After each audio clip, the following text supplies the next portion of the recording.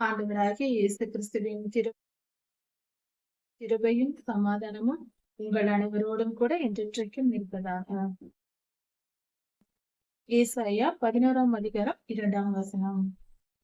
ஆலோசனையை அருளும் ஆவியானவர். அதாவது கர்த்தருடைய 7 ஆவிகளை குறித்து தியானித்து வருகிறோம். அதில் ஆலோசனையையும் பலனையும் அருளும் ஆவியானவர். இந்த 2 குணங்களையும் கர்த்தர் ஒரே சமயத்தில் வெளிப்படுத்துகிறார். அதில் ஒவ்வொன்றாக நாம் பார்ப்போம். ஆலோசனையை அருளும் ஆவியானவர் என்றால் என்ன? முதலில் ஆலோசனை என்பது என்ன? அதை நாம் புரிந்து கொள்ள வேண்டும். வாழ்க்கை முறையில், மனித வாழ்வில் கர்த்தர் மனிதனை படைத்த பொழுது மனிதனுக்கென்று சில உரிமைகளை கொடுத்திருக்கிறார்.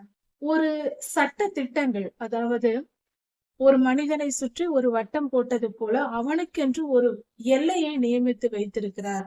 இதற்குள் நீ சுதந்திரமாக செயல்படலாம் என்று. அதாவது நம் பிள்ளைகளுக்கு நாம் சுதந்திரம் கொடுக்கிறோம் அல்லவா? நம் பிள்ளைகள் நம் வீட்டில் எல்லா காரியத்தையும் செய்ய விட மாட்டோம்.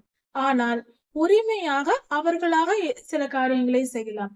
ஒரு 5 வயது சிறுவன் இருக்கிறான் என்று வைத்துக் கொள்வோம். நம் பிள்ளை 5 வயதா இருக்கிறான் என்றால் அந்த பிள்ளைக்கு நாம் சமைத்து வைத்திருக்கிற உணவை எடுத்து சாப்பிடும் உரிமை உண்டு. அதை எடுத்து சாப்பிட்டால் நாம் ஒன்றும் சொல்ல போவதில்லை. ஆனால் அதே சமயத்தில் அந்த சிறுவனா இருக்கும் பொழுது நானே சமைக்கிறேன் என்று வந்தால் நாம் என்ன சொல்வோம்? கண்டிப்போம். உனக்கு அதெல்லாம் தெரியாது, நீ செய்யக்கூடாது போ என்று அனுமதிக்க மாட்டோம். ஏனென்றால் அவனுடைய எல்லை உணவை சாப்பிடும் அளவுக்கு தான். சமைக்கும் அளவுக்கு அவனுக்கு உரிமை இல்லை. ஏனென்றால் அவனுக்கு அந்த தகுதி இல்லை என்று. அதே போல இந்த உலகத்தில் கர்த்தர் மனிதனுக்கென்று சில தகுதிக்கேற்ற சில உரிமைகளை கொடுத்திருக்கிறார், சுதந்திரத்தை கொடுத்திருக்கிறார். நாம் அதற்குள் செயல்படலாம். இன்னும் சொல்ல போனால் சில சட்ட திட்டங்களை நாம் தான் செய்ய வேண்டும். நமக்கென்று அந்த கடமைகளை கொடுத்திருக்கிறார், பொறுப்புகளை கொடுத்திருக்கிறார். ஊழியமாக இருக்கலாம், ஒரு குடும்பமாக இருக்கலாம், எந்த வேலை செய்யும் இடங்களாக கூட இருக்கலாம். எந்த இடத்திலும் நமக்கென்று கொடுக்கப்பட்டிருக்கிற உரிமை. இன்னும் சொல்ல போனால் இந்த பூமியில் மனிதனுக்கென்று அதிகாரம் இருக்கிறது. இந்த பூமியில் எதை செயல்படுத்த வேண்டும் என்றாலும் கர்த்தரே ஆனாலும் ஒரு தீர்க்கதரிசியாகிய ஒரு மனிதனிடம் நான் இதை செய்ய போகிறேன் என்று சொல்லிவிட்டுதான் செய்கிறார். ஏனென்றால் மனிதனுக்கென்று கொடுக்கப்பட்ட பூமி அது அவனுடைய சுதந்திரம். அதில் நாம் செயல்படும் பொழுது அவனிடத்தில் சொல்லிவிட்டு செய்ய வேண்டும் என்று செய்கிறார். கர்த்தர் எவ்வளவு நாகரிகமானவர் என்று பார்ப்போம். தீர்க்கதரிசிக்கு சொல்லாமல் எந்த காரியத்தையும் இந்த உலகத்தில் கர்த்தர் செய்வதில்லை இந்த பூமியில். அப்படி இருக்கும் பொழுது அவர் எவ்வளவு நல்லவராய் இருக்கிறார். அதே போல நமக்கென்று வைத்திருக்கிற எல்லையில் அவர் நமக்கு காரியங்களை வெளிப்படுத்துகிறார். இப்பொழுது நாம் கர்த்தருடைய பிள்ளையாய் இருக்கிறோம், கர்த்தரை நேசிக்கிறோம் என்றால் நம் குடும்பத்தில் நம்முடைய உறவினர்களிடத்திலோ நமக்கு நெருக்கமான ஒரு மனிதர்களுக்கு ஏதாவது ஒரு நன்மை நடந்தாலும் அல்லது ஒரு தீமை வரப்போகிறது, ஒரு துன்பம் வரப்போகிறது என்றாலும் கர்த்தர் நமக்கு தரிசனத்தின் மூலமாக பல காரியங்கள் மூலமாக வெளிப்படுத்துவார். அதே போல ஊழிய காரியங்களா இருந்தாலும் இந்த பூமியில் நடக்கிற எந்த காரியமா இருந்தாலும் நாம் சம்பந்தப்பட்ட காரியங்களை நமக்கு வெளிப்படுத்தாமல் ஆண்டவர் செய்ய மாட்டார். நாம் சம்பந்தப்பட்ட விஷயங்களை நாம் அதை நினைக்கிறோம், நாம் அதை விரும்புகிறோம், அந்த விஷயத்தோடு நாம் தொடர்பில் இருக்கிறோம் என்றால் அந்த காரியத்தை குறித்து கர்த்தர் எதையாவது செய்தால் அதை நமக்கு சொல்லுவார், நமக்கு வெளிப்படுத்துவார், தரிசனம் தருவார், கனவு தருவார், ஊழியர்கள் மூலம் பேசுவார். இப்படியாக நம் குடும்பத்தில் ஒரு காரியத்தை கர்த்தர் செய்ய போகிறார் என்றால் அதை நமக்கு வெளிப்படுத்துவார். இப்படியாக கர்த்தர் ஆலோசனையை தருகிறார். அதாவது இப்பொழுது நாம் என்று செய்ய வேண்டும். நமக்கென்று கர்த்தர் உரிமை கொடுத்து விட்டாரா? அந்த உரிமையில் நாம் செயல்பட வேண்டும். ஆனால் அதை செய்யும் பொழுது சில நேரங்களில் நாம் தடுமாறுவோம், நமக்கு புரியாது, செய்ய முடியாது, தத்தளிப்போம். இதை எப்படி செய்வது, எனக்கு புரியவில்லையே, என்ன செய்வது என்று தத்தளித்துக் கொண்டிருப்போம். அது நாம செய்ய வேண்டிய செயலா இருக்கும். வாழ்க்கையின் சில சின்ன சின்ன காரியங்களா இருந்தாலும், உதாரணத்திற்கு இன்று நமக்கு தேவையான உணவுப் பொருட்களை கர்த்தர் கொடுக்கிறார். ஆனால் எதை சமைத்து சாப்பிட வேண்டும் என்பது நம்முடைய உரிமை. நாம் எதை வேண்டும் என்றாலும் சமைத்து சாப்பிடலாம். இது சின்ன காரியங்கள், அன்றாட காரியங்கள். இதே போல நம்முடைய பிள்ளைகளுக்கு திருமணம் செய்கிறோம், அது முக்கியமான காரியம், பெரிய விஷயங்கள். அப்படிப்பட்ட காரியத்திலும் நாம் நாம் முடிவெடுக்க வேண்டும் என்றால் நமக்கு உரிமை இருக்கிறது, பெற்றோர்களுக்கு உரிமை இருக்கிறது. ஆனாலும் கர்த்தரிடத்தில் நாம் ஆலோசனையை கேட்டு, அதுதான் ஆலோசனை. நமக்கு உரிமை இருந்தாலும் நம்முடைய எல்லைக்குள் நாம் என்ன செய்ய வேண்டும் என்று கர்த்தரிடம் கேட்டு பெற்றுக்கொள்வது, அல்லது கர்த்தரே நமக்கு சொல்லுவது. நம்முடைய செயல்பாடுகளில், நம்முடைய உரிமையில் கர்த்தருடைய ஆலோசனையை பெற்று, அவருடைய கட்டளையை பெற்று செயல்படுவதுதான் ஆலோசனை என்பது. கர்த்தருடைய சித்தம் என்று இருக்கிறது. கர்த்தருடைய வல்லமைக்குட்பட்டது. அதில் நம்மால் ஒன்றும் செய்ய முடியாத காரியங்கள் உண்டு. அதை கர்த்தர் சொன்னால் அது கட்டளை. கர்த்தர் நமக்கு கொடுக்கிற சில விஷயங்கள் அது கட்டளை. நாம் ஒரு ஊழியம் செய்கிறோம் என்றால், இந்த ஊழியத்தில் இதை நீ இப்படித்தான் செய்ய வேண்டும், இந்த இடத்திற்கு போக வேண்டும், இங்கு வர வேண்டும், இந்த செயலை இப்படித்தான் செய்ய வேண்டும் என்று கர்த்தர் சொல்வார். அது அவருடைய உரிமை, அவருடைய வல்லமைக்குட்பட்டது. அதில் அவர் சொல்வதை கேட்டுதான் நாம் செய்ய வேண்டும். அது நம்முடைய எல்லை அல்ல. அது கர்த்தர் கொடுப்பது நமக்கு கட்டளை. கர்த்தர் நமக்கு சொல்வது இதை இப்படி செய், அதை அப்படி செய் என்று கட்டளையாக கொடுப்பார். அது வேறு. கர்த்தருடைய வார்த்தை தான் அதுவும். ஆனால் அது கட்டளை. நம்முடைய காரியங்களை நாம் செய்ய வேண்டிய, நம்முடைய வல்லமைக்குட்பட்டது, நம் எல்லைக்குட்பட்ட காரியங்களை நமக்கு ஆலோசனையாக கர்த்தர் தருவார்.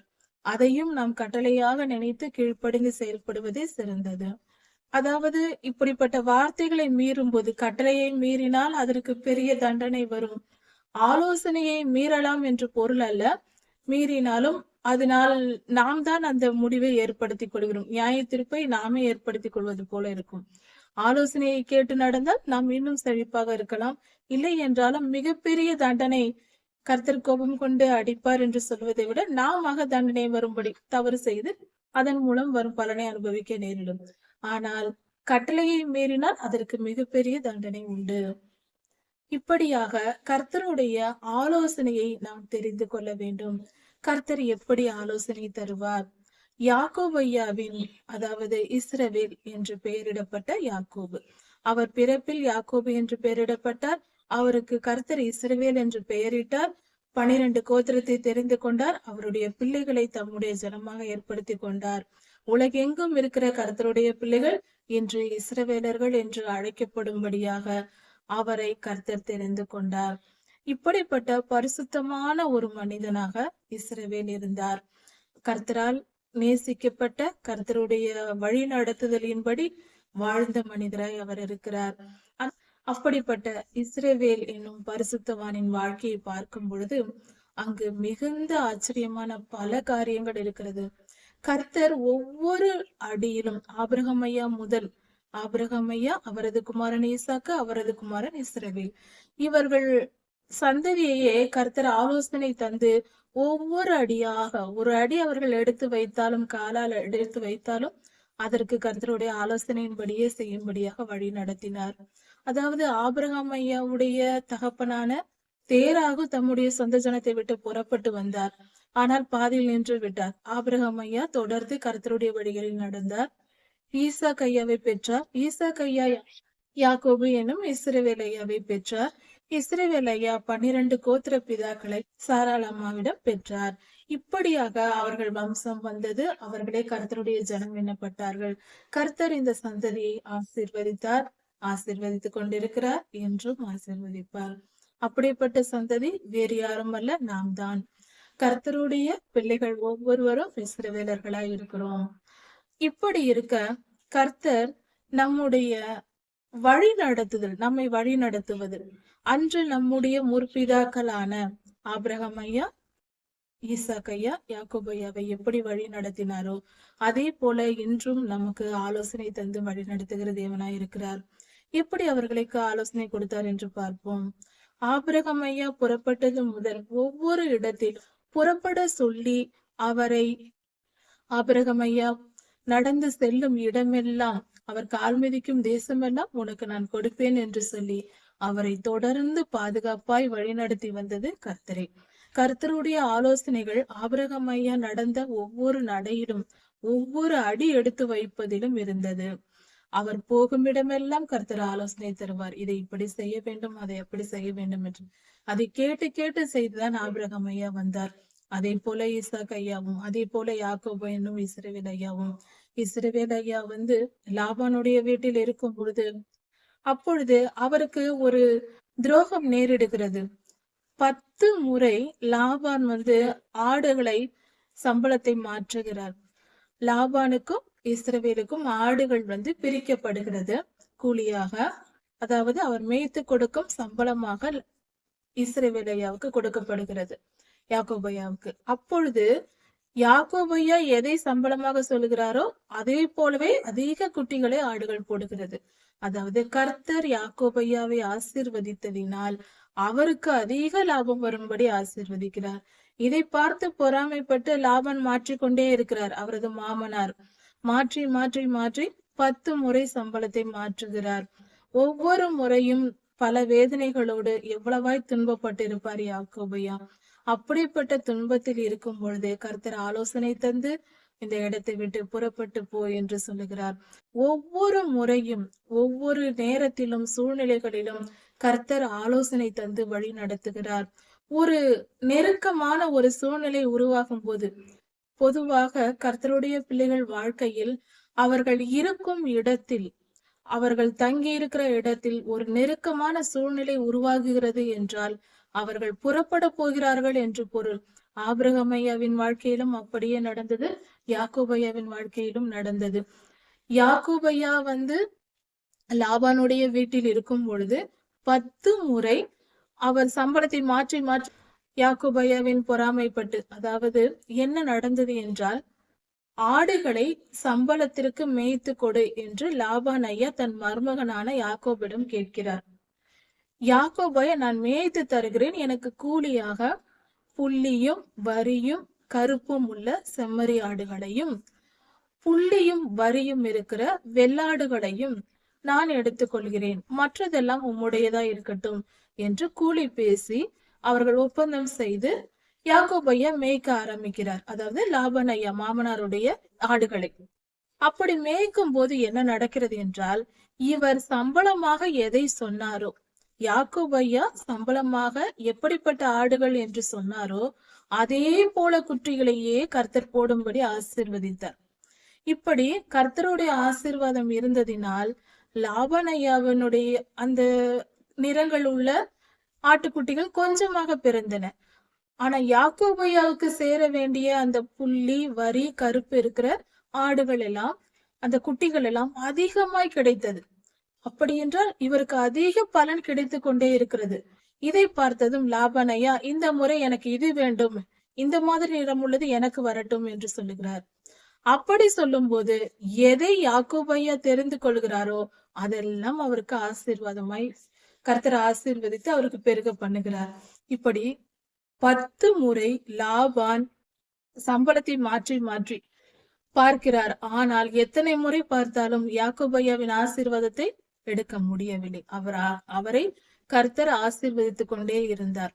இப்படி ஒரு நெருக்கமான சூழ்நிலை வந்த பின்பு அவர் மிகவும் வேதனையோடு இருக்கும் பொழுது, ஏனென்றால் அதற்கு முன்பாகவே லாபான் ஐயாவின் குமாரர்களோடு யாக்கோபுக்கு, அதாவது யாக்கோபுடைய மனைவியின் சகோதரர்கள் லாபான் ஐயாவின் பிள்ளைகளோடு லாபான் ஐயாவுடைய மருமகனான யாக்கோபுக்கும் சண்டைகள், பிரச்சனைகள் வந்ததினால் இப்படி நடந்தது.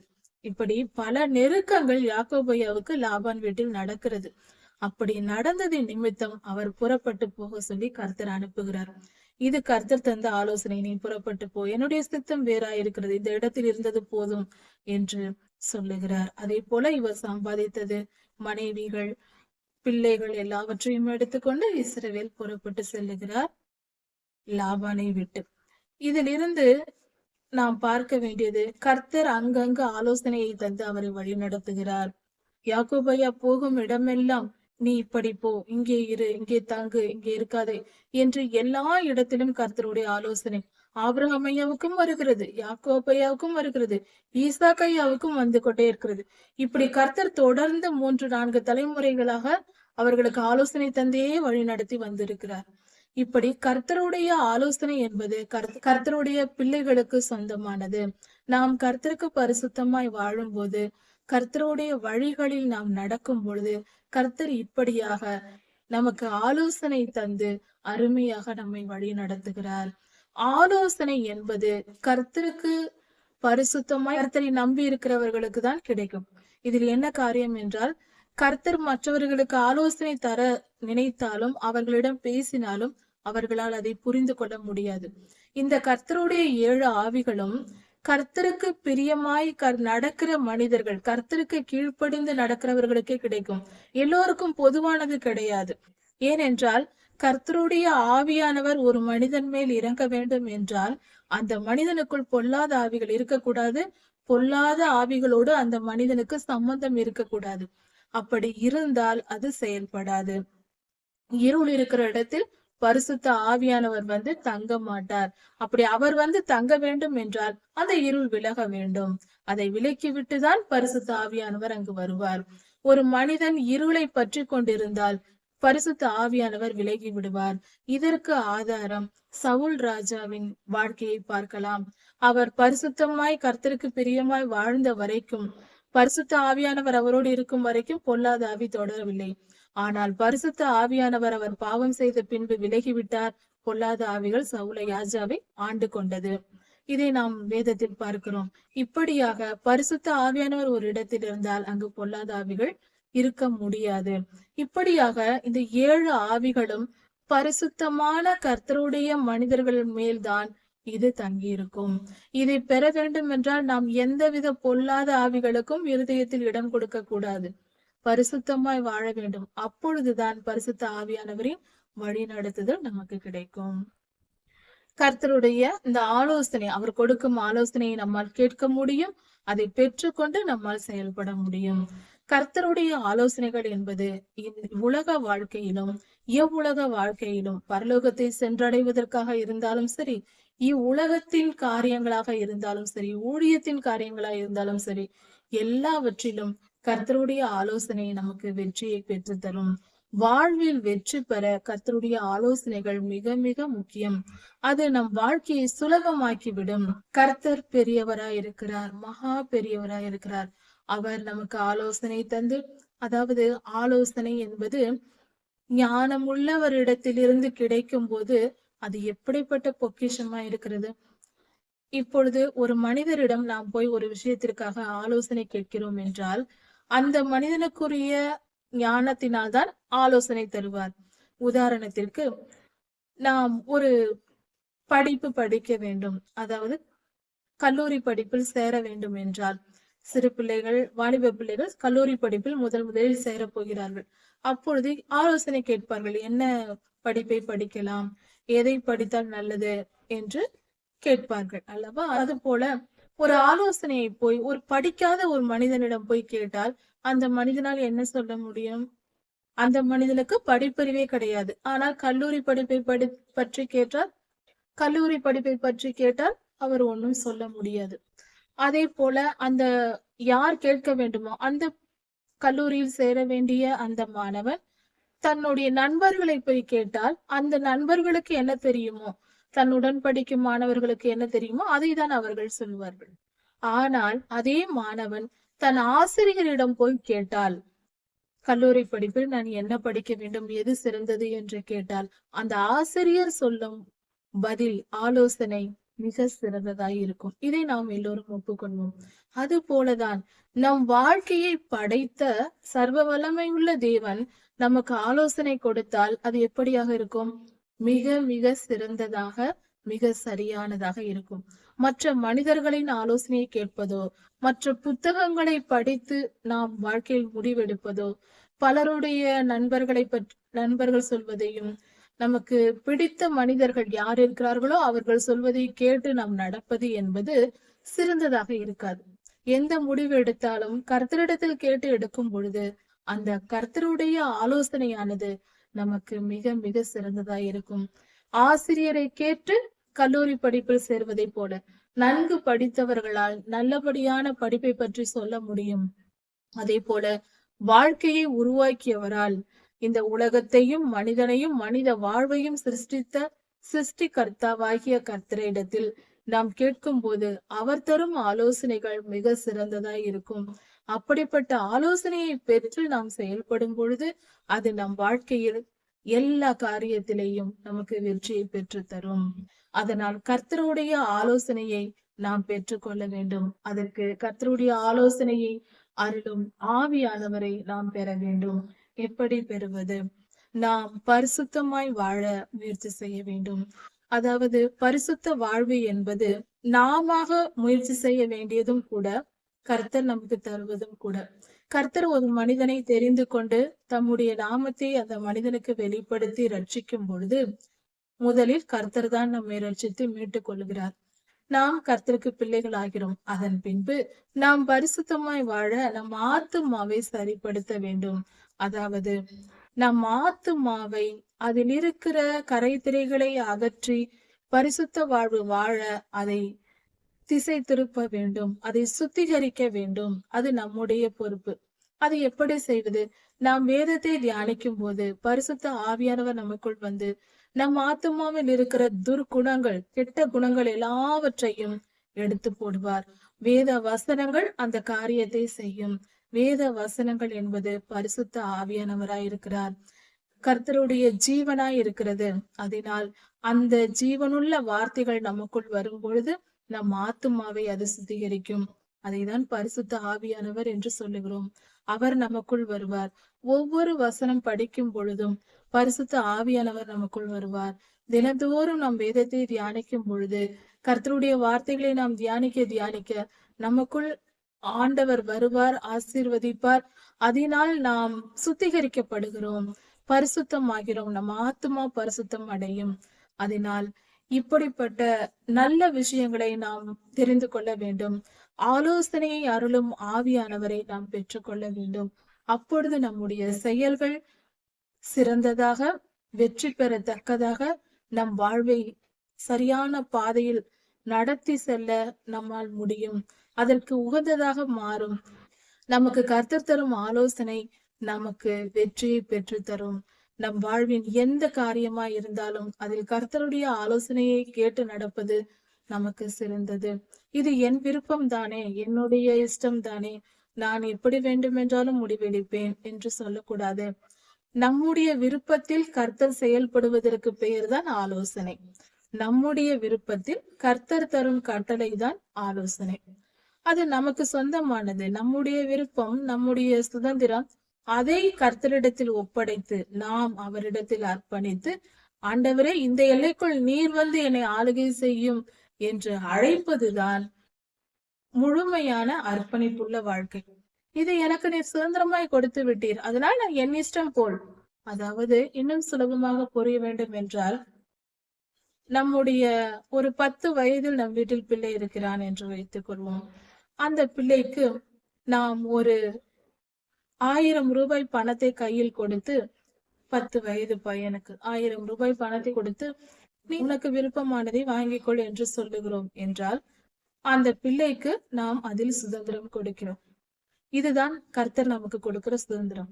அந்த பணத்தை கொடுத்து அதற்குள் நீ எதை செய்து கொள் என்று நாம் ஷாப்பிங் கூட்டிட்டு கொண்டு போகிறோம். அங்கு பிள்ளைகள் எதை பார்த்தாலும் வாங்க வேண்டும் என்று தோன்றும். ஆனால் அந்த பணத்தில் இதை வாங்கக்கூடாது மகனே, இதை சாப்பிடக்கூடாது, இதை சாப்பிடலாம், அல்லது இந்த பொம்மை வாங்க வேண்டாம், இது தேவையற்றது, இப்படி அதை வழி நடத்துவதுதான் ஆலோசனை.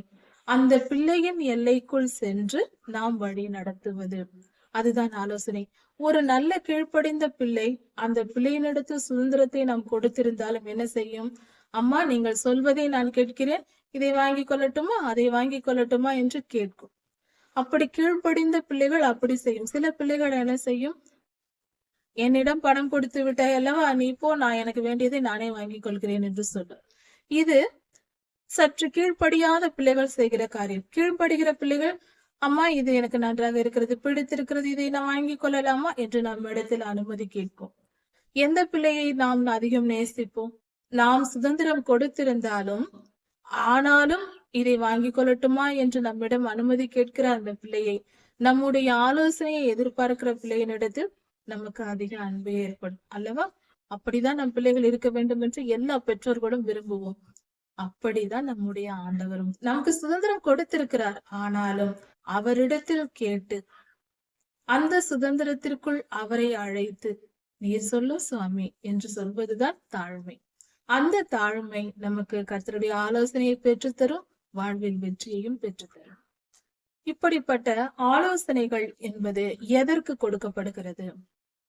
ஆலோசனையின் ஆவியானவர் மனிதனுக்கு எதற்காக ஆலோசனை தருவார் என்றால், கர்த்தருடைய சித்தத்தை நிறைவேற்ற. எல்லாவற்றிற்கும் கர்த்தருடைய ஆலோசனை பெறுவதில்லை. தேவ சித்தத்தை நிறைவேற்றுவதற்கு ஆலோசனையின் ஆவியானவர் நமக்கு ஆலோசனை தருவார். நம்முடைய எல்லைக்குட்பட்ட காரியங்களில் கர்த்தர் எதை எதிர்பார்க்கிறாரோ, எந்த சித்தத்தை வைத்திருக்கிறாரோ, அவருடைய விருப்பம் என்னமாய் இருக்கிறதோ, நாம் செயல்பட வேண்டிய காரியங்கள், அதில் கர்த்தருடைய விருப்பம் என்ன இருக்கிறதோ அதை செயல்படுத்த ஆலோசனையின் ஆவியானவர் நமக்கு உதவி செய்வார். இதை சற்று நாம் கவனிக்க வேண்டும். தேவ சித்தத்தை நிறைவேற்றுவதற்காக தான், நம்முடைய விருப்பங்களை நிறைவேற்றுவதற்கு அல்ல. இதை நாம் கொஞ்சம் சரியாக புரிந்து கொள்ள வேண்டும் என்றால், உண்மையாய் கர்த்தருக்கு பயந்து கீழ்ப்படிந்து வாழ்கிற பரிசுத்தவான்கள் எல்லோரும் தேவ சித்தத்தை மட்டுமே செயல்படுத்துவார்கள். தங்கள் சுய விருப்பத்தை செயல்படுத்த மாட்டார்கள். அப்படிப்பட்டவர்களுக்கு தான் ஆலோசனையின் ஆவியானவர் வந்து தேவ சித்தத்தை நிறைவேற்றுவதற்கு உதவி செய்வார். தேவ திட்டம் என்னவோ, தேவனின் விருப்பம் என்னவோ, அவரின் விருப்பத்தை செயல்படுத்த நாம் முயற்சி செய்யும் போது அதற்கு தேவையான ஆலோசனைகளை பரிசுத்த ஆவியானவர் நமக்கு தருவார். அவருக்கு பெயர்தான் ஆலோசனையின் ஆவியானவர். இப்படி அவர் நமக்கு அந்த ஆலோசனைகளை தருவதினால் தேவ சித்தம் பரிபூரணமாய் இந்த பூமியில் நிறைவேறும். அப்படியானால் ஆலோசனையின் ஆவியானவரும் மனிதனும் சேர்ந்து தேவ சித்தத்தை நிறைவேற்றுவதுதான் ஆலோசனை அருளும் ஆவியானவரின் செயல். அதுதான் பரிசுத்தம். அதற்காக தான் இந்த ஆலோசனையின் ஆவியானவர் நமக்குள் செயல்படுகிறார். அப்படி என்றால் கர்த்தருடைய பரிசுத்தவான்கள் எல்லோரும், பரிசுத்தமான எல்லா கர்த்தருடைய பிள்ளைகளும் நம்முடைய விருப்பத்திற்கு இடம் கொடுக்காமல் எந்த விஷயமாய் இருந்தாலும், எந்த காரியம் இருந்தாலும் அது கர்த்தருடைய சித்தத்தின்படி, சித்தம் என்றால் விருப்பம், கர்த்தருடைய விருப்பத்தின்படி வாழ்வதுதான் சிறந்த வாழ்க்கை. அவர் என்ன விரும்புகிறாரோ அதன்படி எல்லா விஷயத்தையும் செய்ய வேண்டும். அவருடைய விருப்பம் நம் வாழ்க்கையில் எதுவாக இருக்கிறதோ, ஊழியத்தில் எதுவாக இருக்கிறதோ, இந்த பூமியில் என்ன நடக்க வேண்டும் என்று அவர் விரும்புகிறாரோ அதற்கு ஒத்திசைவாக இணைந்து சேர்ந்து ஆவியானவரோடு சேர்ந்து நாம் செயல்படுவது என்றும் சொல்லலாம். இப்படியாக செய்வதுதான் ஆலோசனையின் ஆவியானவர். ஆலோசனையின் ஆவியானவர் யாக்கோபு ஐயாவின் வாழ்க்கையில் செயல்பட்ட விதத்தை பார்த்தோம். நமது ஆண்டவராகிய இயேசு கிறிஸ்துவின் மேல் பரிசுத்த ஆவியானவர் அளவில்லாமல் இருந்தார் என்று வேதம் சொல்லுகிறது. பரிசுத்த ஆவியானவரின் ஒரு ஆவிதான் ஆலோசனையின் ஆவி. ஆலோசனையின் ஆவி ஆண்டவராகிய இயேசு கிறிஸ்துவின் வாழ்க்கையில் எப்படி செயல்பட்டார் என்பதை குறித்து ஒரு சில காரியங்களை பார்ப்போம். நமது ஆண்டவராகிய இயேசு கிறிஸ்து மத்தேயு 17ஆம் அதிகாரத்தில் கொடுக்கப்பட்டிருக்கிறது. 2ஆம் வசனத்தில் அவர் மலையில் மறுரூபமானார். அவர் மறுரூபமாகும் போது 3 சீஷர்கள் கூட இருந்தார்கள். அப்பொழுது அங்கு மோசே ஐயாவும் எலியா ஐயாவும் வந்திருந்தார்கள். அவர்கள் வானத்திலிருந்து வந்து நமது ஆண்டவராகிய இயேசு கிறிஸ்துவோடு பேசினார்கள் என்று சொல்லப்பட்டிருக்கிறது. ஆலோசனை அருளும் ஆவியானவர் தான் அவர்களை அனுப்பி ஆண்டவராகிய இயேசு கிறிஸ்துவுக்கு போதித்திருக்கிறார். இதை எப்படி சொல்லுகிறோம் என்றால் சரியாக கவனிக்கவும். வந்த 2 பேரும் தேவதூதர்கள் அல்ல, மோசே ஐயாவும் எலியா ஐயாவுமாய் இருக்கிறார்கள். இவர்கள் இருவரும் கர்த்தருடைய ஊழியத்தை செய்த ஊழியர்கள். அப்பொழுது அவர்கள் பரலோகத்தில் இருந்து வந்திருக்கிறார்கள், ஆவியில் வந்திருக்கிறார்கள். அப்படியானால் இதில் என்ன காரியம் என்றால், அவர் வந்து ஆண்டவரோடு பேச, இயேசு கிறிஸ்துவோடு பேச வேண்டிய அவசியம் என்னவென்றால், மனிதர்களுக்கு புரியும்படியாக மனித வாழ்க்கையில் அவர் இருக்கிறார். ஆண்டவராகிய இயேசு கிறிஸ்து மனிதனாக அவதரித்திருக்கிறார். இந்த பூமியில் வாழ்ந்து கொண்டிருக்கும் பொழுது மனிதருக்கு ஏற்ற விதத்தில் அவருடைய செயல்களை நல்லபடியாக, அதாவது சிலுவை மரணத்திற்கு போகிறார். அதற்கு முன்பாக அவர் கர்த்தர் செய்ய வேண்டிய காரியங்கள் என்னென்ன நடக்க போகிறது, எப்படியெல்லாம் நாம் புரிந்து கொள்ள வேண்டும் என்று ஆண்டவராகிய இயேசு கிறிஸ்துவுக்கு மனித இயல்பில் இருக்கிற அவருக்கு புரியும்படி போதிப்பதற்காக மோசேயாவும் எலியாவும் வந்திருந்தார்கள். மறுரூப மலையில் வந்து அவரோடு பேசுகிறார்கள். அப்படி அவர் பேசியது ஆலோசனைகளை தந்திருக்கிறார். அங்கு என்ன பேசினார்கள் என்று வேதத்தில் கொடுக்கப்படவில்லை. ஆனால் அவர்கள் வந்து ஆலோசனை தந்து ஆண்டவராகிய இயேசு கிறிஸ்துவை ஆயத்தப்படுத்தி இருக்கிறார்கள். அதாவது சிலுவை மரணத்திற்கு, அவருடைய அடுத்த ஊழியமாகிய அவருடைய இந்த தியாகத்திற்கு அவரை ஆயத்தப்படுத்தினார்கள். ஆலோசனை அருளும் ஆவியானவர் தான் இந்த காரியத்தை செய்திருக்கிறார். இது மறுரூப மலையில் அவரோடு பேசினவர்களை குறித்து நாம் பார்க்கும்போது, ஏனென்றால் பிதாவாகிய தேவனிடத்திலிருந்து ஆண்டவராகிய இயேசு கிறிஸ்து கட்டளைகளை பெறுகிறார். ஆலோசனை சொல்வதற்காக தான் இவர்கள் இருவரும் வந்தார்கள். ஏனென்றால் அங்கு பேசினார் என்ற வார்த்தையும் கொடுக்கப்பட்டிருக்கிறது. பேசுதல் என்பது இது இப்படியா அப்படியா என்று கலந்து பேசி இருக்கிறார்கள். கலந்து பேசுவது என்பது ஆலோசனை தான் அல்லவா? மோசையாவும் எலியாவும் ஆண்டவராகிய இயேசு கிறிஸ்துவுக்கு பல காரியங்களை சொல்லி இருக்கிறார்கள். அப்பொழுது கர்த்தரும் ஆண்டவராகிய இயேசு கிறிஸ்துவும் கேட்டிருக்கிறார். இது எப்படியா அப்படியா என்று கேட்டிருப்பார். அதைதான் பேசினார்கள் என்று சொல்லப்பட்டிருக்கிறது. இப்படியாக ஆலோசனை அருளும் ஆவியானவர் ஆண்டவராகிய இயேசு கிறிஸ்துவின் வாழ்க்கையிலும் செயல்பட்டார் என்பது இந்த அதிகாரத்தில் நமக்கு வெளிப்படுகிறது. இப்படியாக பரிசுத்த ஆவியானவர் ஆலோசனைகளை நமக்கு தந்து நம்மை வழி நடத்தி நம் வாழ்க்கையில் வெற்றி பெற செய்கிறார். அப்படிப்பட்ட மேன்மையான வாழ்க்கையை பெற்றுக்கொண்டு வாழ நாம் பரிசுத்தமாய் வாழ்வோம். தினந்தோறும் வேதத்தை வாசித்து தியானித்து கர்த்தருடைய ஆவியை பெற்றால் மட்டுமே பரிசுத்தமாய் வாழ முடியும். தனி மனிதனாக பரிசுத்தமாய் வாழ இந்த உலகத்தில் முடியாது.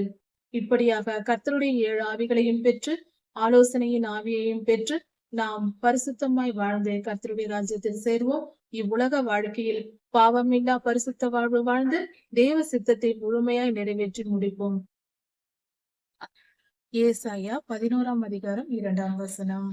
கர்த்தருடைய ஆலோசனையையும் பலனையும் மற்றும் ஆவியானவர் எப்படி செயல்படுவார் என்பதை குறித்து தியானித்து வருகிறோம். இப்பொழுது இந்த செய்தியில் பலனை அருளும் ஆவியானவர், ஆலோசனையும் பலனையும் அருளும் ஆவியானவர் இணைந்தே செயல்படுவார். பலன் என்றால் என்ன, எப்படி நமக்கு அது கொடுக்கப்படுகிறது என்பதை குறித்து நாம் தியானிப்போம். கர்த்தருடைய ஊழியக்காரர்கள், கர்த்தருடைய சித்தத்தை நிறைவேற்றுகிறவர்கள், கர்த்தர் வைத்திருக்கிற இயற்கைக்கு அப்பாற்பட்ட அதை நாம் புரிந்து கொள்ள வேண்டும். ஆவியின் மண்டலத்திற்கேற்ற, அதாவது இந்த உலகத்தில் நாம் செய்கிற செயல்கள் அல்ல, நம்முடைய வாழ்வாதாரத்திற்காக வாழ்க்கையின் தேவைகளுக்காக நாம் வேலை செய்வது படிப்பது போன்ற காரியங்கள் அல்ல. தேவ சித்தம் பூமியில் நிறைவேற அதிசயங்கள் செய்வது, அற்புதங்கள், கர்த்தருடைய ஊழியத்தை செய்வது போன்ற காரியங்களில் தேவையான வல்லமை நமக்கு கொடுக்கப்படுகிறது. ஒரு ஊழியக்காரர் இருக்கிறார் என்றால் அவர் தன் சொந்த பலத்தினாலே செய்ய வேண்டியது அல்ல, தேவையில்லை. கர்த்தருடைய பலன் அவருக்கு கொடுக்கப்படும். ஊழியம் செய்கிறவர்களுக்கு கர்த்தருடைய பலன் கிடைக்கும். அந்த தேவ திட்டத்தை நிறைவேற்ற கர்த்தருடைய சித்தமாகிய அவருடைய விருப்பமாகிய அவருடைய திட்டத்தின்படி கொடுக்கப்பட்ட வேலையை நாம் சரியாக செய்து முடிக்க அதற்கேற்ற ஆலோசனையையும் பலனையும் கர்த்தர் நமக்கு தருகிறார். அதுதான் ஆலோசனையும் பலனையும் தந்து பரிசுத்த ஆவியானவர் நம்மை வழி நடத்துகிறார்.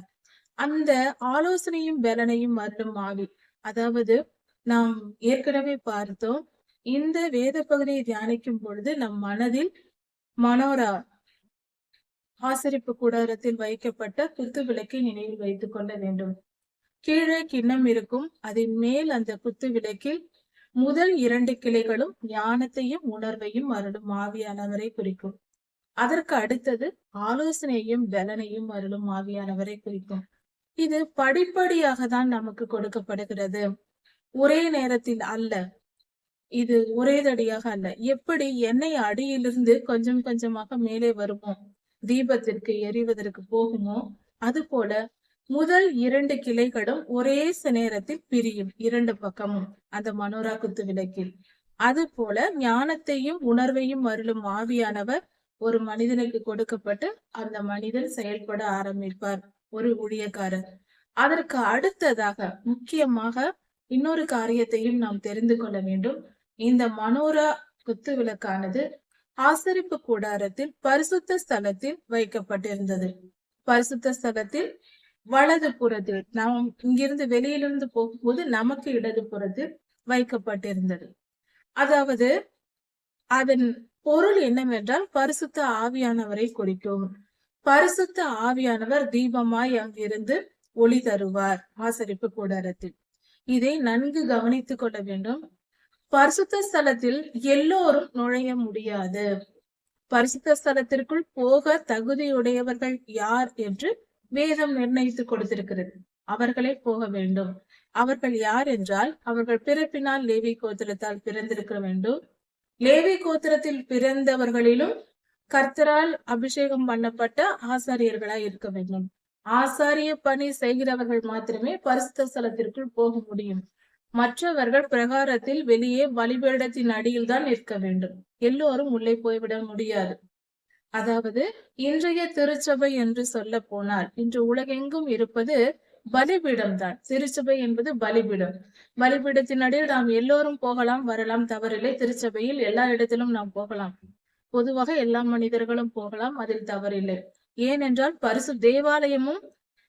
தேவாலயம் கட்டப்பட்டு அதில் பரிசுத்த ஸ்தலம், மகா பரிசுத்த ஸ்தலம் வந்த பின்புதான் அபிஷேகம் பண்ணப்பட்டவர்கள் மட்டும் போக முடியும். பிரகாரம் என்பது கர்த்தருக்கு பலி செலுத்தும் அந்த பலிபீடம் இருக்கக்கூடிய முதல் வெளியில் இருக்கக்கூடிய இடம். பிரகாரம் என்ற பெரிய இடம். அந்த இடத்தில் எல்லோரும் போகலாம். அப்படிப்பட்ட அந்த நிலையில் தான் நாம் எல்லோரும் இங்கு நின்று கொண்டிருக்கிறோம். இன்றைய காலத்தில் நாம் கர்த்தரை ஆராதிப்பது. அங்கு பரிசுத்த ஸ்தலமும், இன்றைய திருச்சபைகளில் பரிசுத்த ஸ்தலம், மகா பரிசுத்த ஸ்தலம் என்பது நம்முடைய இருதயமே தவிர கட்டிடங்களில் இல்லை. நம்முடைய மனதால் பரலோகத்தை நாம் நினைக்கிறோம், கர்த்தரை நினைக்கிறோம். அப்பொழுது பரிசுத்த ஸ்தலம், மகா பரிசுத்த ஸ்தலம் தாண்டி கர்த்தருடைய திருப்பாதம் நினைவுகளால் நம்முடைய ஆவியில் நாம் அடைகிறோம்.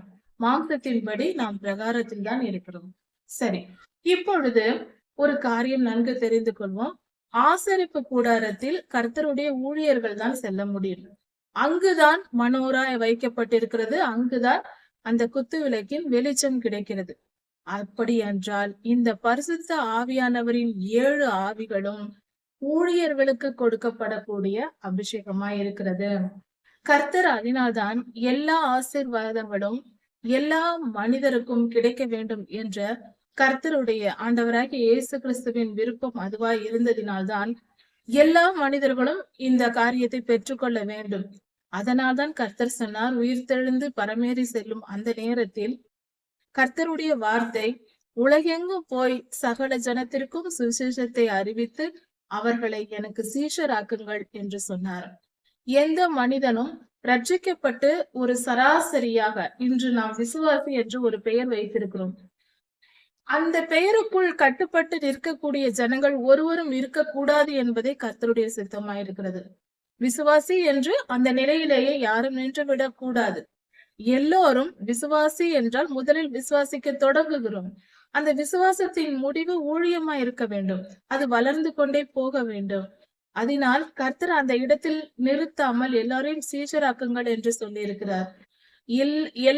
இந்த 7 ஆவிகளும் எல்லாருக்கும் கொடுக்கப்பட வேண்டும் என்றால் அவர்கள் ஊழியர்களாய் மாற வேண்டும். கர்த்தருக்கு ஊழியம் செய்யாமல் ஒரு மனிதனும் இருக்கக்கூடாது. ஒரே ஒரு கிறிஸ்தவர் கூட இருக்கக்கூடாது. சிறு பிள்ளைகள் முதல் பெரியோர் வரைக்கும் கர்த்தருடைய ஊழியத்தை செய்ய வேண்டும். தங்களாலான எந்த காரியத்தையாவது செய்ய வேண்டும். ஒரு டிராக்ஸாவது கொண்டு போய் கொடுக்க வேண்டும். நம் நண்பர்களிடத்தில், நாம் அறிந்த மனிதர்களிடத்தில் கர்த்தருடைய வார்த்தையை சொல்ல வேண்டும். சும்மா இருக்க கூடாது. அது தேவ சித்தம் அல்ல. எந்த ஒரு ரட்சிக்கப்பட்ட மனிதனும் அமைதியாய் தன்னுடைய ரட்சிப்பை தானே வைத்துக் கொண்டு அமைதியாய் இருக்க வேண்டும் என்று கர்த்தர் விரும்பவில்லை. அதை நமக்கு வேதம் போதிக்கவும் இல்லை. எல்லோரும் ஊழியம் செய்ய கடமைப்பட்டிருக்கிறோம். அது ஒரு நீதியா இருக்கிறது. அந்த நீதியை நாம் நிறைவேற்றவே வேண்டும். அதை புரிந்து கொள்வோம். அப்படி முதலில் பிரகாரத்தில் நாம் நிற்கும் பொழுது கர்த்தருடைய ரட்சிப்பை பெற்றுக் கொள்கிறோம், ஞானஸ்தானம் எடுக்கிறோம். அப்பொழுது நாம் பரிசுத்தமாக்கப்பட்டு முதல் பாடுகள், அதாவது முதல் திரைச்சீலை இருக்கும். பிரகாரத்தை தாண்டி பரிசுத்த ஸ்தலத்திற்குள் போக வேண்டும் என்றால் ஒரு திரைச்சீலை இருக்கும். அதை தாண்டிதான் போக வேண்டும். அந்த திரைச்சீலை என்பது நம்முடைய பாவ சாபங்களை குறிக்கிறது. நமக்கு வரக்கூடிய நியாய தீர்ப்புகளை குறிக்கிறது. அந்த நியாய தீர்ப்புகளை நாம் பெற்ற பின்பு அந்த ஒரு சட்டம் நிறைவேறும். தேவ திட்டத்தின்படி, தேவ நீதியின்படி நமக்கு சில பாடுகள் வரும். மிகப்பெரிய பாடா இருக்கும் அது. உயிர் போகும் நிலைக்கு கூட நமக்கு தோன்றலாம் அப்படி. ஆனால் எந்த பயமும் தேவையில்லை. கர்த்தர் கூடவே இருந்து அந்த ஆபத்தை, அந்த நியாய தீர்ப்பை கொடுத்தாலும் அதிலிருந்து நம்மை விலக்கி காப்பாற்றி விடுவார். அது தாண்டி போக வேண்டும் அந்த பாதையை. அந்த துன்பத்தை கடந்த பின்பு நாம் கர்த்தருக்கு ஊழியம் செய்ய தொடங்குவோம். அந்த நிலைதான் ஆசாரிய பணி செய்கிற நிலை. அந்த இடத்தில் மனோரா வைக்கப்பட்டிருந்தது. ஊழியர்களுக்கே பரிசுத்த ஆவியானவரின் 7 ஆவிகள் கொடுக்கப்படுகிறது. எல்லோரும் ஊழியக்காரர்களாய் மாற வேண்டும். கர்த்தருடைய ஆவியை பெற்றுக்கொண்டு தேவ சித்தத்தை நிறைவேற்ற வேண்டும். இதுவே தேவ சித்தமா இருக்கிறது. கர்த்தருடைய விருப்பமா இருக்கிறது. சரி, இந்த வல்லமையுள்ள கர்த்தருடைய பலனை அருளும் ஆவியானவர் நமக்குள் வரும் பொழுது தேவ திட்டத்தை எப்படி நிறைவேற்ற வேண்டும் என்பதை அறிந்து கொண்டு அதை சரியாக நம்மால் செய்ய முடியும். எப்படி செய்ய வேண்டும், எப்பொழுது செய்ய வேண்டும், என்ன செய்ய வேண்டும் என்ற இந்த விஷயங்களை எல்லாம் நாம் கற்றுக்கொண்டு நம்மால் செயல்பட முடியும். ஒரு ஊழியம் செய்கிறோம், கர்த்தருடைய சித்தத்தை நிறைவேற்றுகிறோம், ஆவிக்குரிய காரியங்களில் செயல்படுகிறோம் என்றால் அதில் பல காரியங்கள் இருக்கிறது. கர்த்தருடைய பிள்ளைகள் என்றால் அவர்களுக்கென்று கர்த்தர் பல பொறுப்புகளை வைத்திருக்கிறார். நாம் நினைப்பது போல இவ்வுலக வாழ்க்கை போல ஏதோ கர்த்தரை ஜெபிப்பது, வேதம் வாசிப்பது என்று ஒரு சிறு புள்ளியை மட்டும் பார்த்துவிட்டு அமைதியை அவ்வளவுதான் கிறிஸ்தவ வாழ்க்கை என்று இருந்துவிடக் கூடாது. கிறிஸ்தவ வாழ்க்கை என்பது நம்முடைய ஒவ்வொரு செயல்களிலும் ஊடுருவி பாயக்கூடிய ஒரு காரியமா இருக்கிறது. ஊடுருவி பாயும் ஒவ்வொரு செயல்களும், ஒவ்வொரு நினைவுகளிலும் அது ஒரு தனி உலகம் என்றே சொல்லலாம். இந்த உலகத்தை விட அது பெரிய உலகம். அந்த கர்த்தரோடு இணைந்து வாழ்கிற வாழ்க்கையில் அந்த காரியங்களை எல்லாம் நாம் செயல்படுத்த வேண்டியது நிறைய இருக்கிறது. நாம் செய்ய வேண்டிய காரியங்கள் நிறைய இருக்கிறது. நாம் பெற்றுக்கொள்ள வேண்டியது நிறைய இருக்கிறது. நாம் உழைத்து பெற்றுக்கொள்ள வேண்டியது அதிகமா இருக்கிறது. நாம் நினைக்கலாம், பைபிள் படித்தேன், வேதம் வாசித்தேன், திருச்சபைக்கு சென்றேன், அவ்வளவுதான், வேற என்ன செய்ய வேண்டும் என்று. அது அல்ல. உண்மையிலேயே நாம் இன்னும் கிறிஸ்தவ வாழ்க்கை வாழ தொடங்கவில்லை என்று பொருள். அப்படி நினைத்தால் கிறிஸ்தவ வாழ்க்கை என்பது அநேகம் ப்ரொசீஜர்ஸ் இருக்கிறது. அதாவது பல திட்டங்கள் இருக்கிறது, பல செயல்முறைகள் இருக்கிறது, பல காரியங்கள் இருக்கிறது. அது ஒரு தனி உலக வாழ்க்கை என்று சொல்லலாம். அந்த அளவுக்கு அதில் இருக்கிறது. நாம் புரிந்து கொண்டு செயல்பட வேண்டும். உதாரணத்திற்கு ஒரு சின்ன காரியம் சொல்லலாம். நாம் ஒரு ஊழியம் செய்கிறோம், ஒரு இடத்திற்கு போய் ஒரு டிராக்ஸ் கொடுக்கிறோம் என்றால் கூட அந்த ஊழியத்தை செய்வதற்கு பல காரியங்கள் நாம் அதிகம் ஜெபிக்க வேண்டும். என்னவென்று ஜெபிப்போம்? எல்லோரும் ஜெபிக்க வேண்டும் என்று சொல்லி விடுகிறோம். ஊழியர்கள் போதிக்கிறார்கள், நாமும் கேட்டுக்கொள்கிறோம். ஆனால் என்ன ஜெபிக்க வேண்டும்? அங்குதான் விஷயம் இருக்கிறது. எதை குறித்து ஜெபிக்க வேண்டும்? ஊழியத்திற்கு போக வேண்டும் என்றால் எப்படி ஜெபிக்க வேண்டும்? நம்முடைய அன்றாட வாழ்க்கையில் நாம் எப்படி ஜெபிக்க வேண்டும்? கர்த்தர் நமக்கு என்ன வைத்திருக்கிறார்? அதெல்லாம் சட்டதிட்டங்கள் இருக்கிறது, பல முறைகள் இருக்கிறது. ஜெபிக்க வேண்டும் என்றால் நமக்கு தேவையானதையெல்லாம் கர்த்தரிடம் கேட்டுக்கொள்வது. அது ஒரு குழந்தை பருவம், பிறந்த குழந்தையின் நிலை அது. ஏசப்பா எனக்கு இது வேண்டும், அது வேண்டும் என்றால் ரட்சிக்கப்பட்டு ஓரிரு மாதங்கள் வரைக்கும் அப்படி ஜெபித்துக் கொண்டிருக்கலாம்.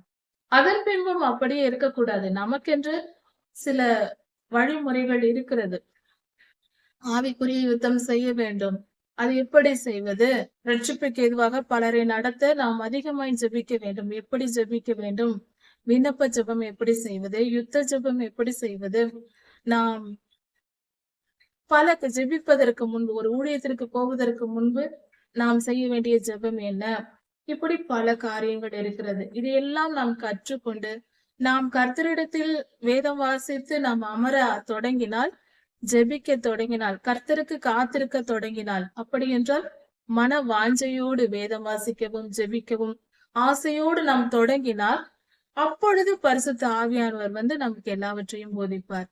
அவர்தான் ஆலோசனையும் பலனையும் அருளும் ஆவியானவர். அவர் நமக்கு சொல்லி தருவார். இந்த காரியம் இப்படி என்று முதலில் புரிய வைப்பார். ஞானத்தை கொடுப்பார், உணர்வை கொடுப்பார், நமக்கு புரிய வைப்பார். அதற்கு பின்பு நாம் எப்படி செயல்பட வேண்டும் என்பதற்கு ஆலோசனைகளை தருவார். எல்லாம் கொடுத்தாயிற்று, நமக்கு வல்லமை வேண்டும் அல்லவா? மன தைரியம் வேண்டும், சரீரத்தில் பலன் வேண்டும், ஆத்தும பலன் வேண்டும். அதையும் வல்லமையின் ஆவியானவர், பலத்தின் ஆவியானவர் நமக்கு தருவார். சங்கீதம் 138:3 சொல்லுகிறது, கர்த்தர் ஆத்துமாவை பலப்படுத்துகிறார் என்று. பலன் ஆத்துமாவிற்கு கிடைக்கிறது. நம் ஆவி, ஆத்துமா, சரீரம் மூன்றும் பலன் அடையும். பலத்தின் ஆவியானவர் நமக்கு கொடுக்கப்படும் பொழுது, உதாரணத்திற்கு பலத்தின் ஆவியானவர் நம்முடைய ஆத்துமாவை பலப்படுத்தும் போது நாம் மனம் உடைந்து போக மாட்டோம். துன்பம், வேதனை, போராட்டங்கள், பிரச்சனைகள் வரும் பொழுது நாம் மனம் உடைதல் இருக்காது. அப்படி உடைந்து போயிருந்தாலும் அந்த இருதயம் பலப்பட்டு மீண்டும் கட்டப்படும், மீண்டும் உறுதிப்பட்டு புது பலன் அடையும். இதுதான் ஆத்தும பலன். ஆண்டவராகிய இயேசு கிறிஸ்து கெத்செமனே தோட்டத்தில் சிலுவைக்கு போவதற்கு முன்பாக ஒரு தூதர் வந்து ஆண்டவரை பலப்படுத்தினார். அது ஆவிக்குரிய பலன். அவரை பலப்படுத்தினார். ஆண்டவராகிய இயேசு கிறிஸ்துவும் பலத்தின் ஆவியானவரால் இன்னும் அதிகமாய் பலப்பட்டார். அவர் வந்து பேசினார், பல காரியங்களை சொன்னார். ஆண்டவராகிய இயேசு கிறிஸ்துவும் பலப்பட்டு தம்முடைய ஊழியத்தை நிறைவேற்ற அங்கு பலன் அடைந்தார். அவர் வந்து கண்ணீர் விட்டு ஜெபிக்கும் பொழுது அவருடைய வேர்வையே இரத்தத்தின் பெருந்துளிகளாய் வந்தது என்று சொல்லப்பட்டிருக்கிறது. அந்த அளவுக்கு நரம்புகள் வெடித்து ரத்தம் வரும் வரைக்கும் அந்த அளவுக்கு ஆண்டவர் ஜெபித்திருக்கிறார். உள்ளான இருதயத்தில் இருந்து ஆத்தும பாரத்தோடு அவர் ஜெபித்திருக்கிறார். அதிக போராட்டம் அப்பொழுது இருந்திருக்கிறது. மிக மன உடைதல் ஏற்பட்டிருக்கிறது. அந்த ஆத்தும பலன், அந்த இடத்தில் தான் கர்த்தர் ஆத்தும பலனை கொடுக்கிறார். ஆவியின் மண்டலத்திலிருந்து, பரலோகத்திலிருந்து வந்து ஆத்துமாவை பலப்படுத்துகிறார். ஆவிக்குரிய பலனையும் தருகிறார். இப்படி தந்ததினால்தான் அவரால் சிலுவை மரணத்தை சுமக்க முடிந்தது. அந்த பாடுகளை பொறுத்து சகித்து இருக்க முடிந்தது. இப்படி அவர் பலப்பட்டார். பழைய ஏற்பாட்டில் நியாயாதிபதிகள் புஸ்தகத்தில் சிம்சோன் ஐயாவின் வாழ்க்கையை பார்க்கும்போது, கர்த்தருடைய ஆவியானவர் வரும்போது அவருடைய சரீரத்தில் பலன் ஏற்பட்டு, ஆவியானவர், பலத்தின் ஆவியானவர் அவரை நிரப்புகிறார். தேவ சித்தமான, அது தேவ திட்டம் தான், பெலிஸ்தியர்கள் அழிக்கப்பட வேண்டும் என்று. அதற்காக தான் சிம்சோனையை ஆயத்தப்படுத்தினார் என்று வேதம் சொல்லுகிறது. இப்படி பெலிஸ்தியரை அழிக்க கர்த்தர் சிம்சோனை பயன்படுத்தினார். பலத்தின் ஆவியானவர் வந்து சிம்சோன் ஐயாவை நிரப்பி, அப்பொழுது சிம்சோன் ஐயா மூலமாக பெலிஸ்தியர்கள் அழிக்கப்பட்டார்கள். அவர்கள் மிகவும் அக்கிரமக்காரர்களாய் இருந்தார்கள். கோலியாத்தின் ஜனங்கள், அவர்கள்தான் பெலிஸ்தியர்கள். பலத்தின் ஆவியானவர் அப்போஸ்தலர் 1:8 சொல்லப்பட்டிருக்கிறது. கர்த்தருடைய ஆவியானவர் வானத்திலிருந்து இறங்கி வந்து, அதாவது பலன் அடையும் வரைக்கும், ஆண்டவராகிய இயேசு கிறிஸ்து உயிர் தெழுந்து பரமேறி செல்லும் பொழுது, பரத்திலிருந்து உங்களுக்கு பலன் கொடுக்கப்படும் வரைக்கும் காத்திருங்கள் என்று சொல்லிவிட்டு போனார். அப்பொழுது அங்கிருந்த 500 பேரும், ஆண்டவராகிய இயேசு கிறிஸ்து மேலே மேகத்தில் ஏறி போவதை பார்த்து கொண்டிருந்த 500 பேரும் கேட்டுக்கொண்டிருந்தார்கள். அதில் காத்திருந்தவர்கள் 125 பேர் போல, 128 பேர் என்று சொல்லப்பட்டிருக்கிறது. அவர்கள் அங்கு ஜனங்கள் காத்திருந்தார்கள். இப்படி அங்கு காத்திருந்தவர்கள் கர்த்தருடைய பரிசுத்த ஆவியானவரின் அபிஷேகம் பற்றி அந்நிய பாஷைகளில் பேசினார்கள், பலனடைந்தார்கள், ஆவிக்குரிய பலனை பெற்றுக் கொண்டார்கள். பலத்தின் ஆவியானவரால் நிரப்பப்பட்டு அவர்கள் 7 ஆவிகளாலும் நிரப்பப்பட்டார்கள். அவர்கள் எல்லாம் சீஷர்கள். ஆண்டவராகிய இயேசு கிறிஸ்து உயிர்த்தெழும் வரைக்கும் அவர்கள் இருந்த நிலை வேறு. சீஷர்கள் பரிசுத்த ஆவியானவரால் நிரப்பப்பட்ட பின்பு அவர்களுடைய இருக்கும் நிலை வேறு. ஆண்டவராகிய இயேசு கிறிஸ்து சிலுவைக்கு போகிறார் என்றதும் நம்மையும் பிடித்து விடுவார்களோ என்று பயந்து கொண்டு எல்லோரும் ஓடி போனார்கள். ஆண்டவரோடு கூட யாரும் இல்லை, ஓடி போய் விட்டார்கள். தனித்து ஆண்டவர் இருந்தார் சிலுவையில். அப்படி இருந்த நேரம் போக, ஆனால் ஆண்டவருடைய உயிர்த்தெழுந்த பின்பு, பரிசுத்த ஆவியானவரை பெற்ற பின்பு தங்களை தாங்களே சிலுவைக்கு ஒப்பு கொடுக்கவும் ஆயத்தமாய் இருந்தார்கள். எத்தனை அற்புதங்கள், எத்தனை அடையாளங்கள் செய்தார்கள். என்ன வந்தாலும் தங்கள் ஜீவனை ஒரு பொருட்டென்று யாரும் நினைக்கவே இல்லை. இப்படி சிலுவையில் தலைகீழாக தொங்க விடப்படுவதற்கு நேராக வேண்டாம், தலைகீழாக தொங்க விடுங்கள் என்று இன்னும் அதிக துன்பத்தை ஏற்றுக்கொள்ளும் அளவிற்கு அவர்கள் பலன் அடைந்திருந்தார்கள். எப்படி இவர்கள் அந்த அளவுக்கு பக்தி வைராக்கியம் இவர்களுக்கு வந்தது என்றால், பரிசுத்த ஆவியானவர், பலத்தின் ஆவியானவர் அவர்களை நிரப்பியதினால். பரிசுத்த ஆவியானவர் பெந்தெகோஸ்தே நாளில் சீஷர்கள் மேல் அறை வீட்டில் வந்த பொழுது அக்னி நாவுகள் போல பிளந்த ஆவியானவர் அந்த உருவத்தில் இறங்கினார். அப்பொழுது அவர்கள் பலனடைந்ததினால் இப்படிப்பட்ட வல்லமையுள்ள ஜனங்களாக எழும்பி சீஷர்களாக எழும்பி கர்த்தருக்காக ஊழியம் செய்தார்கள். இப்படி கர்த்தருடைய பலத்தின் ஆவியானவர் செயல்பட்டார். பழைய ஏற்பாட்டில் ஆபிரகாம் ஐயா, சாரா இவர்கள் இருவரையும் பார்க்கும் பொழுது, ஆபிரகாம் ஐயாவுக்கு 100 வயதும் சாரா அம்மாவுக்கு 90 வயதா இருக்கும் பொழுதும் கர்த்தருடைய வார்த்தையை விசுவாசித்து ஏற்றுக்கொண்டு அவர்கள் குழந்தையை பெற்றுக் கொண்டார்கள்.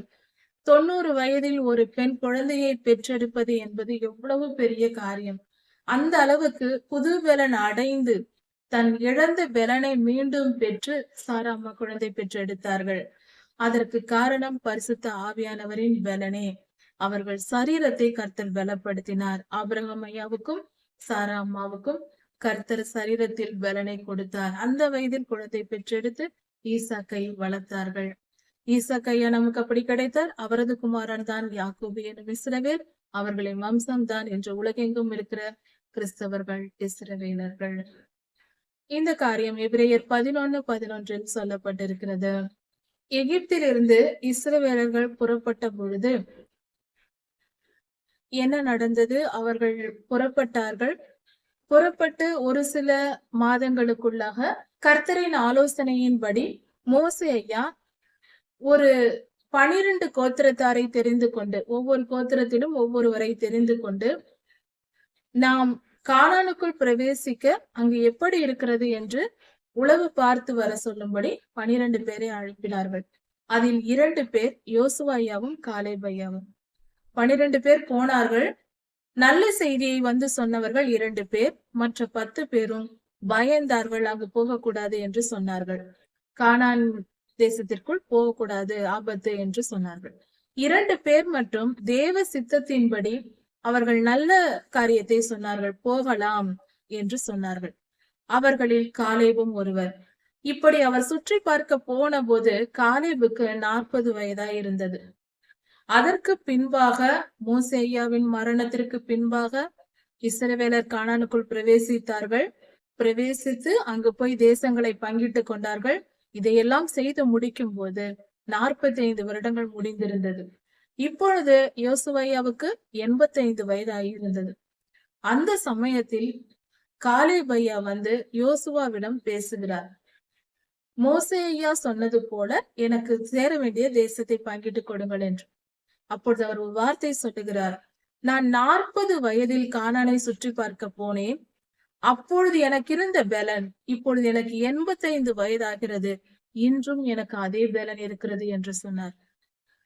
மோசே ஐயாவும் ஊழியத்திற்கு வரும் பொழுது அவருக்கு வயது 80. அவர் மலைமேல் ஏறி தன் ஜீவனை விட்ட பொழுது அவருடைய வயது 120. 40 வருடங்கள் ஒரே பலனோடு சரீரத்தில் இருந்திருக்கிறார்கள்.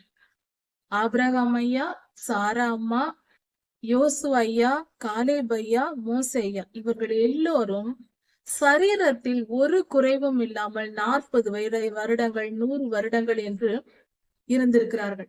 பலன் குறையாமல் அப்படியே இருந்தார்கள் என்றால் நிச்சயம் இது சூப்பர் நேச்சுரல் பவர், இயற்கைக்கு அப்பாற்பட்ட சக்தியாய் இருக்கிறது.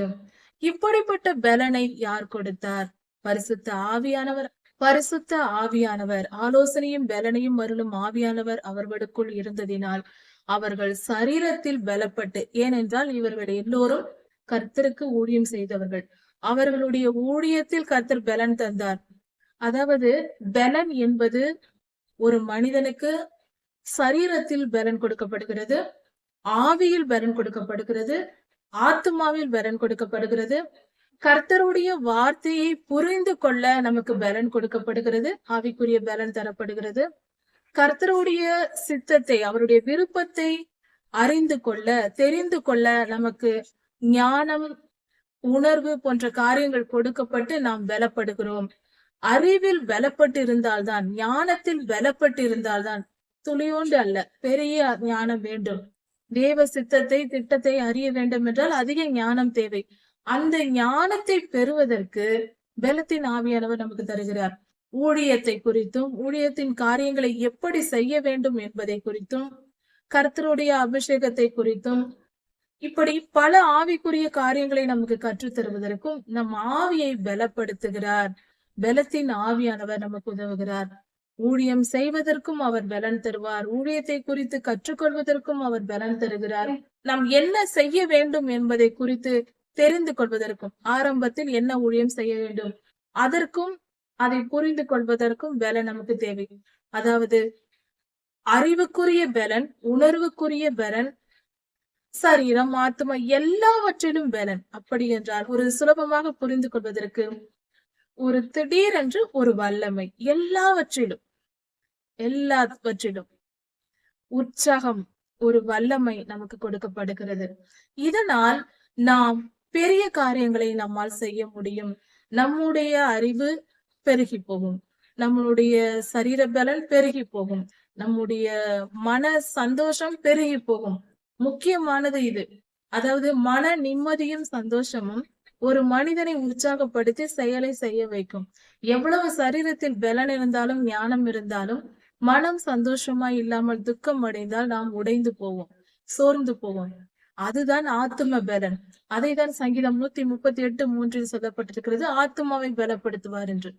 மனம் உடைந்து போகாதபடி ஆத்துமாவை பலப்படுத்தி, ஞானத்தில் குறைவுபடாதபடி ஞானத்தை பலப்படுத்தி, நம்மை வளர்த்து, ஞானத்தில் வளர்த்து, சரீரம் சோர்ந்து போகாதபடி சரீரத்திற்கும் பலன் கொடுத்து, இதையெல்லாம் நம்மை கொடுத்து ஆயத்தப்படுத்தி, தேவ சித்தத்தை வெளிப்படுத்தி, அதை புரிந்து கொள்ள பலன் கொடுத்து, அதை தெரிந்து கொள்ள பலன் கொடுத்து, உதாரணத்திற்கு 10 நிமிடம் ஜெபிக்க வேண்டும் என்றால் மனம் ஒருமிக்க வேண்டும். அதற்கு பலன் நமக்கு தேவைப்படுகிறது, மன கட்டுப்பாடு தேவைப்படுகிறது. அதையும் ஆண்டவர் நமக்கு தருவார். இப்படி பல காரியங்கள் இருக்கிறது, பலவித பலன்கள் இருக்கிறது, பெயர் சொல்ல முடியவில்லை. ஆனால் அந்த பலனை நமக்கு கொடுத்து 1 மணி நேரம் ஓட சொன்னால் கூட ஓடி வந்து விடுவார்கள் சுலபமாக. ஆனால் 1 மணி நேரம் அமர்ந்து ஜெபிக்க சொன்னால் சற்று கடினமா இருக்கும் மனதை கட்டுப்படுத்துவது என்பது. பலருக்கு அப்படி இருக்கும், பல சூழ்நிலைகள் எல்லாருக்கும் அப்படி இருக்கும், நம்முடைய மனநிலையை பொறுத்து. அது போன்ற சூழ்நிலைகளில் பலத்தின் ஆவியானவர் நமக்குள் வந்து ஜெபிக்க முடியாத நிலையில் நம்மளை ஜெபிக்க வைப்பார். ஊழியம் செய்ய முடியாத நிலையில் நாம் மனம் உடைந்திருந்தால் அந்த நேரத்தில் பலப்படுத்தி நம்மை செய்ய வைப்பார். இப்படி பலத்தின் ஆவியானவர் நமக்குள் வரும்போது நம்மை நன்றாக ஒரு பயன்படுத்துகிற ஒரு நல்ல ஆயுதமாக நம்மை மாற்றுவார். சுலபமாக சொல்ல வேண்டும் என்றால், பரிசுத்த ஆவியானவர் ஒரு மனிதனுக்குள், ஒரு ஊழியக்காரருக்குள் இருந்து செயல்பட்டால், அந்த ஊழியக்காரர் ஒரு நல்ல ஷார்ப்பான, கூர்மையான ஒரு கத்தி போல. பரிசுத்த ஆவியானவரை பெற்ற ஊழியர்கள், ஊழியக்காரிகள் ஒரு கூர்மையான கத்தி போன்றவர்கள். அதை கர்த்தர் பயன்படுத்தும் போது நல்ல பலனை தரும். சுலபமாக அதை பயன்படுத்த முடியும். அந்த கத்தி, கூர்மையான கத்தியை பயன்படுத்தும் போது அதை நாம் எதை வெட்டினாலும் நறுக்கினாலும் சுலபமாக நறுக்கி முடித்து விடலாம். அது சுலபமாய் இருக்கும், எந்த காரியத்தையும் சுலபமாய் செய்து முடிக்கும் அந்த கருவி, கத்தி. கூராக இல்லாமல் இருக்கிற ஒரு கத்தி இருக்கிறது என்றால் அதை எடுத்து நறுக்குவது என்பது மிகவும் கடினம், பயன்படுத்த முடியாது, தூக்கி போட்டு விடுவோம். அது போல பரிசுத்த ஆவியை பெற்றிராத ஊழியர்கள், ஊழியக்காரிகள் பயன்பட மாட்டார்கள், கர்த்தர் பயன்படுத்த மாட்டார். அது பிரயோஜனம் மற்றவர்களாய் போய்விடுவோம். அதனால் பரிசுத்த ஆவியானவரை பெற்றிருப்பது மிக மிக அவசியம். அதை நாம் புரிந்து கொள்வோம். நம்முடைய செயல்பாட்டின் அடித்தளமே, ஆதாரமே பரிசுத்த ஆவியானவர் தான். அவர் நமக்குள் இருந்து வழி நடத்தினால்தான் நம்மால் எல்லா காரியத்தையும் செய்ய முடியும். தேவ சித்தத்தை முழுமையாக, மிக சரியாக, துல்லியமாக நிறைவேற்ற முடியும். யோசுவா 10ஆம் அதிகாரத்தில் ஒரு சம்பவம் நடக்கிறது. இது நமக்கு மிக வெளிப்படையான ஒரு காரியமாய் இருக்கிறது. அதாவது யோசுவா யுத்தம் செய்கிறார். அவருக்கு எதிராக 5 ராஜாக்கள் கூடி வந்து யுத்தம் செய்கிறார்கள். யுத்தத்திற்கு வரும் பொழுதே மிகவும் கலக்கமாய் இருக்கிறது இஸ்ரவேலருக்கு. ஆனாலும் இஸ்ரவேலரின் அதிபதியாக யோசுவா இருக்கிறார். அதாவது இவர்கள் கானானுக்குள் நுழைந்த சமயம் அது. அப்பொழுது கர்த்தர் சொல்லுகிறார், சூரியனுக்கும் நட்சத்திரத்திற்கும் நீ கட்டளை கொடு, நான் அதை நிறுத்துவேன் என்று சொல்லுகிறார். அதே போல யோசுவா தேவ வார்த்தையின்படி சூரியனையும் சந்திரனையும் அப்படியே நில் என்று சொல்லுகிறார். அதை நோக்கி கட்டளை கொடுத்தவுடன் சூரியனும் இருக்கிறது, சந்திரனும் இருக்கிறது. யோசுவா ஐயா 12 மணி நேரம் அதிகமாய் யுத்தம் செய்கிறார். அன்றைய நாள் பகலில் 24 மணி நேரமா இருக்கிறது. பகல் முழுவதும் 24 மணி நேரம் இருக்கிறது. யுத்தத்தை செய்து முடிக்கிறார். கர்த்தருடைய ஆவியானவரும் அங்கு செயல்படுகிறார். யுத்தம் முடிந்து இஸ்ரவேலர்கள் வெற்றி பெறுகிறார்கள். அதன் பின்பு சூரியனும் சந்திரனும் நகர்கிறது. இப்படிப்பட்ட அந்த அற்புதம் நடப்பதற்கு கர்த்தர் தந்த ஆலோசனை, நீ கட்டளை கொடு, நான் அதை நிறுத்துவேன் என்று ஆலோசனை கொடுத்து அவர் வல்லமையை செய்து காட்டினார். கர்த்தருடைய வல்லமை வெளிப்பட்டது. இதற்கு ஆலோசனையும் பலனையும் அருளும் ஆவியானவர் அங்கு செயல்பட்டார். இதை நாம் மிக சுலபமாக புரிந்து கொள்ளலாம். கர்த்தருடைய வல்லமை சூரியனையும் சந்திரனையும் என்ன நடந்திருக்கும் என்றால், ஒவ்வொரு வான மண்டலத்தில் இருக்கிற கிரியைகளுக்கும் ஒவ்வொரு தேவதூதர்கள் என்றுதான் அதை செயல்படுத்தி கொண்டிருக்கிறார்கள். சூரியனுக்கு என்று தேவதூதர் இருப்பார், நிலாவுக்கு என்று தேவதூதர் இருப்பார், எல்லோரும் இருப்பார்கள். அங்கங்கு நின்று ஆவியின் மண்டலத்தில் அதை நகர்த்தி கொண்டு அதன் வேலையை அதை சரியாக செய்யும்படி கவனித்துக் கொண்டிருப்பார்கள். இப்படி இருக்க கர்த்தர் கட்டளை கொடுத்ததும் தேவ தூதர்கள், ஏனென்றால் கர்த்தர் மனிதனை சொல்ல சொல்லி இருக்கிறார், யோசுவாவை சொல்ல சொல்லி இருக்கிறார். இதில் ஆச்சரியம் என்னவென்றால், ஆதியிலே மனிதனை படைத்த பொழுது கர்த்தர் பூமியை மனிதனுக்கு அதிகாரத்தை கொடுத்தார். பூமியின் மேல் சகலத்தையும் ஆண்டு கொள்ளுங்கள் என்றார். ஆனால் யோசுவாவுக்கு சூரியன் மேலும் நிலாவின் மேலுமே அதிகாரம் கொடுத்து விட்டார். நீ சொல், அது நிற்கும் என்றால் அதே போல நின்றது. அப்படி என்றால் வானத்தில் இருக்கிற கிரகங்களின் மேலும் கர்த்தர் நமக்கு அதிகாரத்தை கொடுத்திருக்கிறார் என்பது இங்கு தெரிகிறது. இப்படியாக அந்த அற்புதம் நடந்தது. இங்கு ஆலோசனையும் பலனையும் அருளும் ஆவியானவர் தான் செயல்பட்டார். இப்படியாக கர்த்தருடைய ஆலோசனையையும் பலனையும் அருளும் ஆவியை நாம் பெற்று நாம் பலனடைந்து கர்த்தருடைய விருப்பங்களை, நம்மை குறித்து அவர் வைத்திருக்கிற திட்டங்களை, இந்த பூமியில் நடக்க வேண்டிய திட்டங்களை, தேவ திட்டங்களை, அவருடைய விருப்பங்களை நிறைவேற்றி நல்லபடியாக கர்த்தருக்கு பிரியமானவர்களாய் வாழ்வோம், நித்திய ஜீவனை அடைவோம். கர்த்தருக்கு பிரியமானவர்களாய் இருந்து அவருடைய சிருஷ்டிப்பாகிய நாம் கர்த்தரை மகிழ பண்ணுகிறவர்களாக மாறுவோம். அவருக்கு பிரியமான பிள்ளைகளாய் மாறுவோம். கர்த்தர் உங்களை ஆசீர்வதிப்பாராக. இதன் தொடர்ச்சியை அடுத்த செய்தியில் பார்க்கலாம். மாறனாக.